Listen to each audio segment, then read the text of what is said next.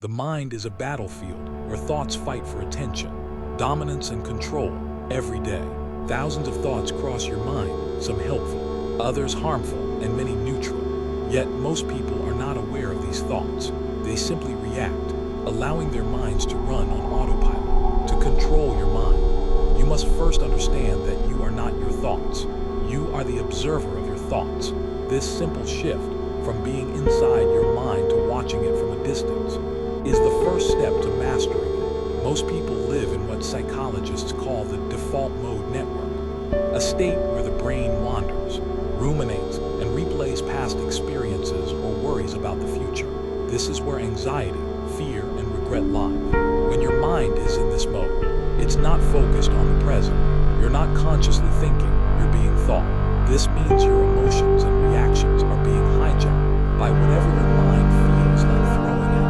And most of the time, that's negativity, fear, or doubt. But what if you could interrupt that pattern? What if you could become conscious of what you're thinking in real time and choose your response instead of reacting blindly? That is what mental control is about. It starts with awareness. You can't change what you don't notice. So begin by observing your inner dialogue. What do you tell yourself when you fail? What's your first thought when you wake up in the morning? Are your thoughts empowering or limiting? Think of your mind as a garden. Your thoughts are seeds. If you let weeds grow unchecked, your garden will be overrun. But if you intentionally plant good seeds, positive, empowering thoughts, and consistently remove the weeds, you will create a mind that supports your goals and peace. The key is being intentional. If you don't decide what to think, your environment past and habits will decide for you. Another concept to understand is thought loops. These are repeated mental patterns that keep playing over and over, often based on childhood experiences or emotional pain. If you've ever had the same worry or fear come up again and again, you've experienced a thought loop. The longer a loop runs, the deeper the neural pathway becomes, making it harder to break. But awareness is power. Once you notice a loop, you can begin to question it. Is this true? Is this helping me? What would I rather believe? It's important to realize that your brain is wired for survival, not happiness. From an evolutionary perspective, the mind developed to detect threats.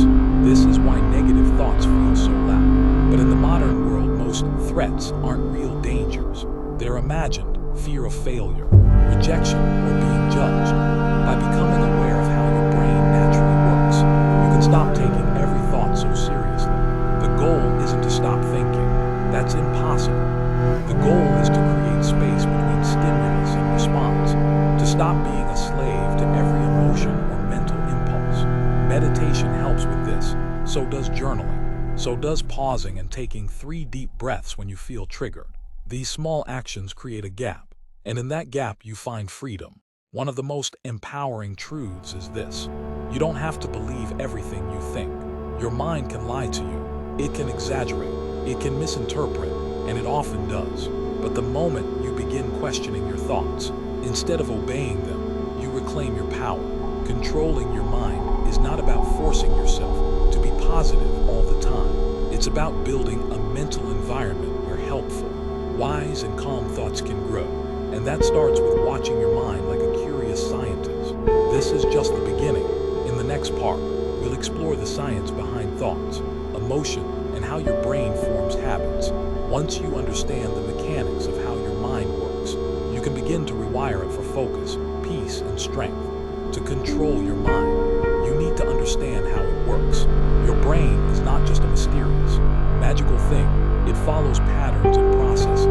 Thoughts are not random. They are shaped by your experiences, your emotions, and most importantly, your habits. Once you understand how your brain forms and repeats habits, you can begin to interrupt the negative ones and replace them with better ones. Let's begin with a basic idea. Your thoughts are electrical impulses. Every time you think something, your brain sends signals through neurons, creating connections called synapses. The more often you think a particular thought, the stronger that connection becomes. This is called neuroplasticity, your brain's ability to change and rewire itself. It's how habits are formed. If you constantly tell yourself, "I'm not good enough," your brain makes that thought stronger and faster every time. That's why negative thinking can become automatic. But the opposite is also true. You can train your brain to think new thoughts, but it takes repetition. Habits aren't just about actions like brushing your teeth or checking your phone. You also have mental habits, overthinking, worrying, judging, doubting. These are learned patterns. Maybe you grew up in a stressful environment where being alert and fearful helped you survive. That mental habit became automatic. But if it's not serving you now, you can unlearn it. Your brain is not fixed. It's flexible. That's your greatest power. Your subconscious mind plays a huge role in this. It runs about 90% of your life on autopilot. From the moment you wake up, you're following subconscious routines. The way you think, the way you feel about yourself, how you respond to problems.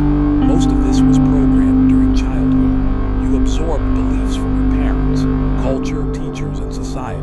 If you were told, you're lazy or you'll never be successful, those beliefs got stored in your subconscious and now influence your behavior, often without you knowing it. That's why awareness is the first step. But awareness alone isn't enough. You have to reprogram your mind, just like updating an old app on your phone. This means feeding your brain new thoughts and repeating them until they become the default. This is why affirmations, visualizations, and mindfulness practices are powerful. They help install new patterns in the subconscious mind. Emotion also plays a major role. Your brain remembers thoughts that are attached to strong emotions. That's why traumatic memories stick so deeply. If you want to change your thinking, combine it with emotion. Don't just say, I am confident. Feel what confidence would feel like. Imagine walking into a room with self-assurance. Visualize it. The more real it feels, the more your brain believes it. Another concept is the cue routine reward loop, explained by Charles Duhigg in The Power of Habit. It works like this. A cue trigger leads to a routine behavior, which leads to a reward, the brain's satisfaction. For example, you feel stressed, cue. You scroll social media, routine. And you feel distracted or slightly better, reward. Your brain learns this loop and repeats it. To break it, you don't remove the cue, but you change the routine. Instead of scrolling, you could breathe deeply, go for a walk, or journal. Over time, the new habit becomes automatic. Also, understand the role of dopamine, the brain's reward chemical. Your brain is addicted to short-term pleasure, checking your phone, sugar, entertainment. These things spike dopamine, but then drop it quickly, leaving you feeling worse. If your mind is constantly chasing stimulation, it becomes restless and unfocused. Training your mind means reducing these constant hits and learning to find satisfaction in slower, more meaningful activities like reading, deep work, or meaningful conversations. Even when we understand how the mind works, it's still incredibly easy to get caught in a spiral of overthinking, fear, self-doubt, or emotional overwhelm. The true challenge is not in knowing what the mind does, but in learning how to interrupt it when it starts going down the wrong path. This part focuses on practical, science-backed techniques you can use in real time to take control of your thoughts before they control you. One of the simplest but most effective tools is labeling your thoughts. This comes from mindfulness-based cognitive therapy. The idea is that when a thought arises, instead of diving into it, you step back and name it. For example, that's a fear thought, or that's a judgment, or that's just planning. By labeling it, you create space between you and the thought. You're reminding yourself, this is not me. It's just a mental event. That space gives you control. The second technique is called cognitive reframing. This means taking a negative thought and looking at it from a different perspective. For instance, if you catch yourself thinking, I always fail, pause and reframe it. I've failed before, but I've also learned. I'm still improving. Reframing doesn't mean lying to yourself. It means telling yourself a more helpful and empowering truth. Over time, this weakens the old negative pattern and strengthens the new one. Another powerful practice is the pause method. When you feel overwhelmed, anxious, or angry, stop and take a conscious pause. Breathe deeply, in through the nose and out through the mouth. Even 3 deep breaths can reset your nervous system. During the pause, ask yourself 3 questions. 1. What am I thinking? 2. Is it true? 3. Is this thought helping me or hurting me? This brings you back into the present moment. Most suffering happens when we're mentally in the past, regret, or the future fear. The pause pulls you back to now, where you have the most control. Another helpful method is thought replacement. You can't always stop a negative thought from coming, but you can choose to replace it. Imagine your mind is like a playlist. When a negative track comes on, you don't have to let it play through. Skip it, choose a better one. For example, replace, "I can't do this" with "I'm learning how to handle this." The more often you practice this, the more automatic it becomes. Journaling is also a highly effective tool. Writing down your thoughts forces you to slow down and observe them. It externalizes what's inside your head, helping you see patterns more clearly. Try the brain dump method. Write without editing for 5 minutes. Let your thoughts flow, then read them back. Often, what felt huge and chaotic in your mind looks small and manageable on paper. If you're feeling intense emotions, move your body. Emotion lives in the body, not just the mind. Go for a walk. Do push-ups, stretch, dance. Physical movement breaks the mental pattern. Your physiology affects your psychology. This is why changing your posture, breathing, or environment can quickly shift your mindset. Another tool is mental visualization. When you feel lost in your mind, close your eyes and picture a thought cloud. Imagine each thought floating by like a cloud in the sky. Watch it come and go without attaching to it. This practice trains your brain to stop reacting and start observing. Also, be careful about when you feed your mind. Your thoughts don't just come from within, they are shaped by what you consume. If you constantly scroll through negativity, toxic opinions, or chaos, your mind will mirror that. Protect your mental environment the way you protect your home. You wouldn't let garbage. Last but not least, speak kindly to yourself. Your internal voice matters. When you mess up or feel low, talk to yourself like you would talk to a friend. It's okay, you're trying, you've got this. Harsh self-talk only deepens mental pain. Compassion is not weakness, it's strength in disguise. Controlling your mind isn't just about stopping negative thoughts. It's also about managing the powerful emotions that drive those thoughts. Emotions like anger, anxiety, sadness, and fear are not your enemies. They're messengers. But if you don't understand them, they can take over your thoughts and hijack your decisions. In this part, we'll look at how to deal with strong emotions in a healthy, mindful, and intelligent way, so they don't end up controlling your entire mindset. First, it's important to recognize that emotions are energy in motion. They are physical sensations that arise in the body, often before the mind even processes what's happening. For example, you might feel tension in your chest or a tightness in your stomach before you even realize you're anxious. This is because emotions live in the body, and only later are they interpreted by the mind. When you ignore emotions or suppress them, they don't disappear. They just find another way to express themselves, often through mental distress or physical illness. To gain emotional control, start by naming the emotion. Simply saying, "I feel angry," or "I feel scared," brings you back into the role of the observer. You are not the emotion, you are experiencing the emotion. This small act creates separation between you and the feeling, and that distance gives you space to respond instead of react. The next step is to sit with the emotion without judgment. Most of us are trained to run from discomfort. We numb it with distractions, scrolling, eating, binge-watching, or overworking. But true emotional control comes from allowing the emotion to be felt fully, without trying to change or resist it. When you stop fighting the emotion, it often passes more quickly. This process is called emotional regulation, and it's a key skill in mastering the mind. Breathing techniques are one of the most powerful ways to regulate emotions. When you feel emotionally flooded, your body goes into fight or flight mode. Your breathing becomes shallow, and your brain switches into survival thinking. Taking slow, deep breaths tells your nervous system that you are safe. Try inhaling for 4 seconds, holding for 4, exhaling for 6. Do this for a few minutes, and you'll notice a shift in your body and your mind. Another powerful strategy is to question the emotion story. Every emotion comes with a mental narrative. For example, anxiety often tells the story. Something bad is going to happen. Anger says, "This is unfair." Sadness whispers, "I'm not good enough." Once you feel the emotion, ask yourself, what is this emotion telling me? And then ask, is it true?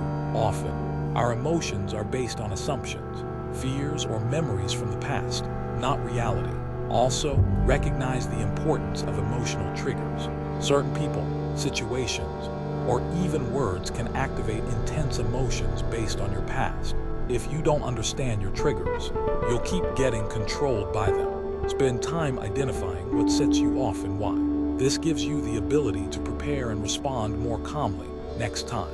One of the most misunderstood ideas about emotions is that strong people don't feel them. The truth is, mentally strong people feel everything deeply, but they know how to manage what they feel. They don't let temporary emotions make permanent decisions. They don't suppress, but they also don't drown in emotion. They feel it, process it, and move forward. You can also shift your emotional state by changing your focus. Whatever you focus on grows. If you focus on what's wrong, you feel worse. If you focus on what you can control, or on small positive actions, you feel more empowered. In the end, emotional mastery doesn't mean never feeling. It means feeling everything and still choosing your response. It's the quiet confidence of knowing that no matter what storm rises inside you, you don't have to be swept away. You can stand in the center of it with calm, awareness, and strength. By now, you've learned the foundation of mental control, awareness, understanding thought loops, mastering emotions, and using practical tools to stay present and intentional. But real change doesn't come from what you understand once. It comes from what you practice daily. Mental discipline is not about perfection, it's about repetition. In this final part, we'll focus on how to build a daily routine that strengthens your mind over time and transforms self-control from a goal into a way of life. The truth is, your mind doesn't change because of what you do once in a while. It changes because of what you do every single day, even when you don't feel like it. Just like going to the gym builds physical strength, mental discipline builds over time with daily workouts for your brain. These don't have to be long or complicated. They just need to be consistent. Start your day with intentional mental input. The first thoughts you feed your brain in the morning shape the quality of your entire day. Don't start by scrolling your phone or diving into emails. Instead, create a morning ritual that centers you. This could be a 5-minute meditation, reading something inspirational, or simply writing down your intention for the day. Ask yourself, what kind of mind do I want to live in today? Calm, focused, or chaotic? That choice begins when you wake up. Incorporate daily journaling into your routine. This doesn't have to be poetic or deep. It just needs to be honest. Use it to clear mental clutter. Write your thoughts, your feelings, your fears, then challenge them. Journaling helps you see patterns you might miss in your busy mind. Over time, you'll begin to notice which thoughts are serving you and which ones are dragging you down. Another crucial habit is mental diet control. Just like your body becomes what you eat, your mind becomes what you consume. Be selective about the media you watch, the conversations you engage in, and the environments you spend time in. Avoid content that triggers fear, anger, or helplessness, unless it's balanced by solutions. Feed your mind with ideas that strengthen you, not just entertain you. Meditation, even just 10 minutes a day, is a powerful tool to anchor your awareness. Think of it like brushing your mental teeth. It clears away the buildup of stress, overthinking, and distraction. It teaches you to observe your thoughts without becoming them. Even if your mind wanders 100 times, each time you bring it back, you're building focus and mental strength. In addition to inner practices, build outer discipline too. Set small daily goals and follow through. Every time you do what you said you'd do, even if it's tiny like drinking a glass of water or completing a 5-minute task, you build trust with yourself. That trust becomes self-confidence. Discipline isn't just about willpower. It's about aligning your actions with your intentions. Another powerful mindset shift is to view your mind as a tool, not as your identity. Your brain is like a smartphone. It has apps, thought patterns, notifications, emotions, and a battery energy. You're the user, not the device. When the mind is acting out, overthinking, panicking, or judging, recognize that you have the power to put it on silent, uninstall certain thought apps, or recharge it with rest. Over weeks and months, these small habits compound. You begin to notice your reactions slowing down, your awareness deepening, your peace increasing. You'll catch negative thoughts before they take over. You'll respond instead of react. You'll find power in stillness, clarity in chaos, and strength in silence. In the end, controlling your mind isn't about becoming someone else. It's about returning to who you really are beneath the noise, focused, calm, wise, and free. That version of you already exists. These daily disciplines are simply how you remember and return to it.